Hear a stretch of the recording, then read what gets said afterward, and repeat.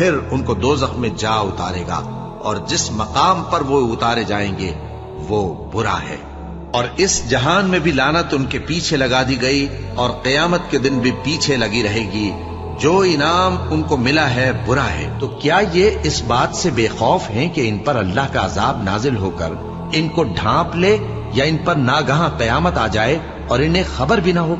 और जब इन काफिरों से कहा जाता है कि तुम्हारे परवरदिगार ने क्या उतारा है, तो कहते हैं पहले लोगों की हिकायतें। ए पैगंबर, इनको बकने दो, ये क़यामत के दिन अपने अमाल के पूरे बोझ भी उठाएंगे, और जिनको ये बेतहकीक गुमराह करते हैं उनके बोझ भी उठाएंगे। सुन रखो कि जो बोझ ये उठा रहे हैं बुरे हैं। इनसे पहले लोगों ने भी ऐसी ही मक्कारियां की थीं, तो अल्लाह का हुक्म उनकी इमारत की बुनियादों की तरफ से आ पहुंचा, और छत उन पर उनके ऊपर से गिर पड़ी, और ऐसी तरफ से उन पर अजाब आवा